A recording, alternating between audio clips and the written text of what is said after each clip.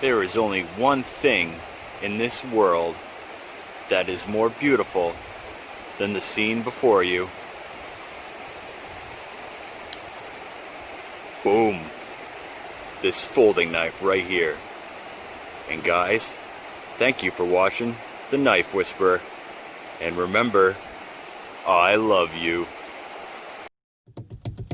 Yeah. I said, hey, what's going on? Boys and girls, Knife Licker here, or Whisperer.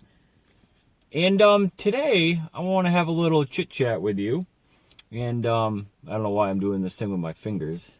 These things just kind of get away from me sometimes. Like, simmer down, guys.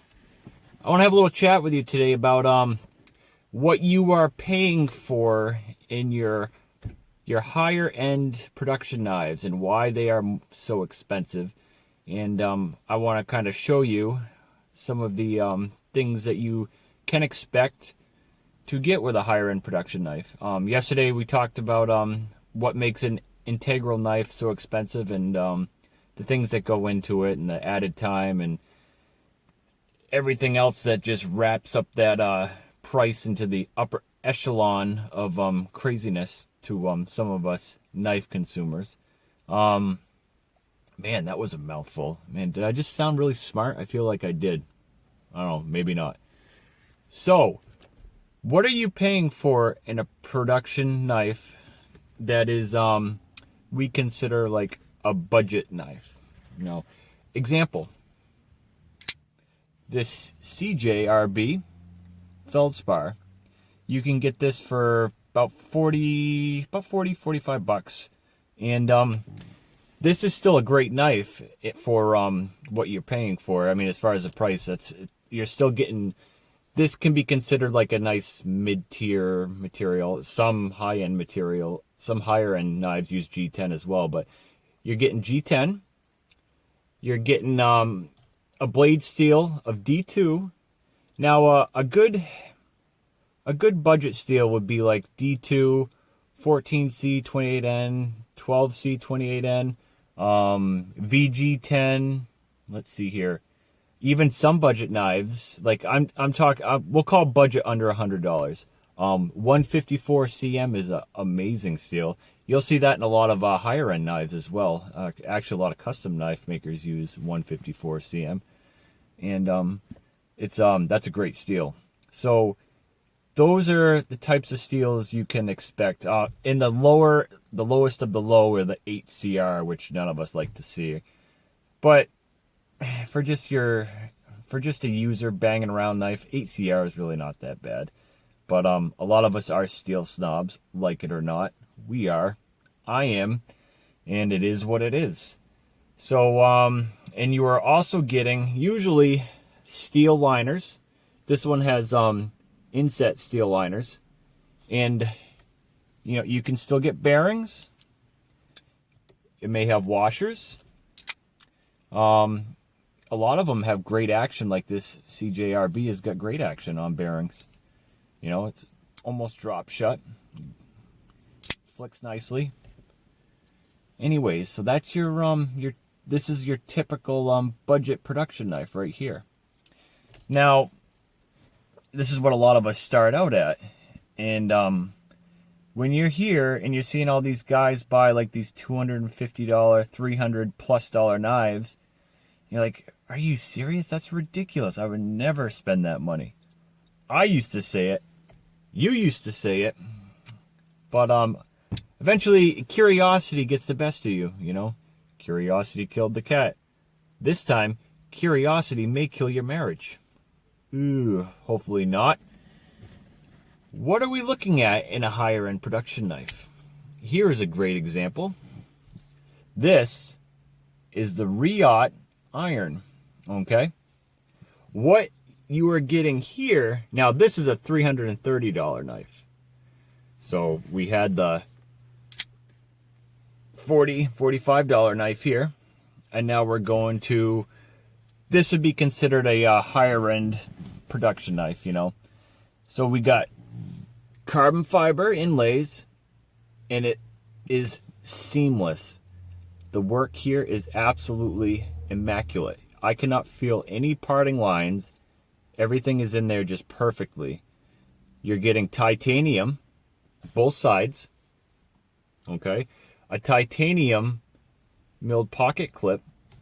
You are also getting a milled design here in your titanium to match or mirror the carbon fiber inlays you have here, okay? So you're getting extra machine time here with the milling, extra precision machine time here with your inlays. You are getting a high-end blade steel. This is Bowler. Come on, son. Bowler M390. And a lot of times these are limited runs. Like this is number 77. I believe they did 250 of these irons in different configurations. Some had micarta, others had I think Mokatai, not Mokatai, Damascus inlays, and some had were thumb studs, and then you got this one here. That's the flipper version, okay. And in this one, you are getting ceramic ball bearings and detent ball with amazing action. Okay. You are getting usually a better grind. This one here is actually a really good one. This one comes down to between 15 to 20 thousandths behind the edge. And on Riot, that's really good. I mean, that's one of the drawbacks. I love Riot, but they're known for having their grinds not being all that great. They're usually a little thicker behind the edge. But they've been getting better lately, and they definitely nailed it on this model here, okay? So ceramic detent ball bearings. On your budget end, you are getting steel. Like this is steel ball bearings. And then you have a steel detent ball in there, okay? I know you can't see that, but it's in there, trust me. So that is why these knives cost so much more, okay? This blade steel, M390, is supposed to be one of the top of the line blade steels in edge holding, corrosion resistance, okay in toughness, and so that's what you're paying for. You're paying for a steel that can do it all and do it in high performance levels, you know what I mean? But for a lot of us normal use stuff guys around the house or even at work, your D2 steel, provided it was heat treated right, will work just fine. Okay, same with this M390. You know, when we're spending that type of money on these high-end materials, we're hoping that our blade steel is heat treated to the specs that it should be, because otherwise you're paying all this money for this expensive steel and it can cut no better or sometimes even worse than a well-treated D2 steel, okay? But the idea is everything that you're paying for, and in this model, provided, I don't know about the heat treat, but everything that you're paying for is what they say it is. You know, everything is done the way it should be, okay? So that is where your about $250 more is coming from. You're paying for this precision fitment. Now, the fitment on these inlays and stuff here is just as good as a lot of custom knives. You know, there's a lot of time and precision mathematical equations that went into this knife to make it the beauty that it is. And that extra time, as we talked about yesterday, time is money. So your price is going to go up. You're paying for a better steel. You're paying for better handle material, being titanium. Okay?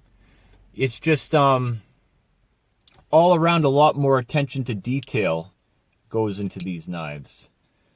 So that's when you make the jump, that's what you want to look for in your knife, you know, and that's what you should expect in your higher end production knife. a good blade steel with an awesome grind, or at least a decent grind. You should get some will have some models will have your inlays, others don't. Some will have like more millwork on both sides. Okay, like this here, and that's what you're paying for. This knife in hand feels 10 times better than this one does. Okay, now if I never experienced this knife, I could easily say this knife is great, and it still is for the price. Okay, but that's because I know what the other one feels like. So if you're at this stage right now, there's nothing wrong with that. You know, maybe you're not as crazy as the rest of us, and you don't need to spend hundreds of dollars on a knife. You're just looking to use it as a tool. But a lot of us, and I think more of us are collectors. You know, at least I definitely am. I don't use my knives really. You know, I'll use my budget knives, but like this one I have never cut anything with. Okay, I just buy it because I think it's pretty, and I want to be able to say that I have it. But I just enjoy playing with it. I like to feel the beauty and the precision work that went into this mechanical tool that I have in my hand. Okay, and that may be you, that may not be you. So that is why you are paying hundreds of dollars more for these knives, okay? So the choice is yours. Do you stick with these? That's fine. There's nothing wrong with it. You could even collect budget knives, you know? I'm not going to sit here and try to tell you I'm better than you because I have higher end knives. But I do believe if you enjoy these budget knives and you collect them, you obviously have like well, come on here. I'm going to think of a good word so I sound smart. Well, I can't think of one. An appreciation for knives and the way they work and function and the different materials. I do believe everyone should try at least one higher end production knife. Now, it doesn't have to be a Riot. Could be a ZT. There's plenty of other ones out there, okay? But once you get that knife in hand, and providing you get a good one, you will feel the difference. You really will. And just like with the Integral I was talking about yesterday, it's hard to explain really how that feels. You know, you just got to feel it for yourself. You know, the motion of the ocean, the motion of the blade and the deployment, the way it disengages, the smoothness, the sounds are just, they're better. Everything is just better, you know? And so I'm leaving it up to you, boys and girls. Do you stick with the budget? Or do you go to this? But now you know the rest of the story.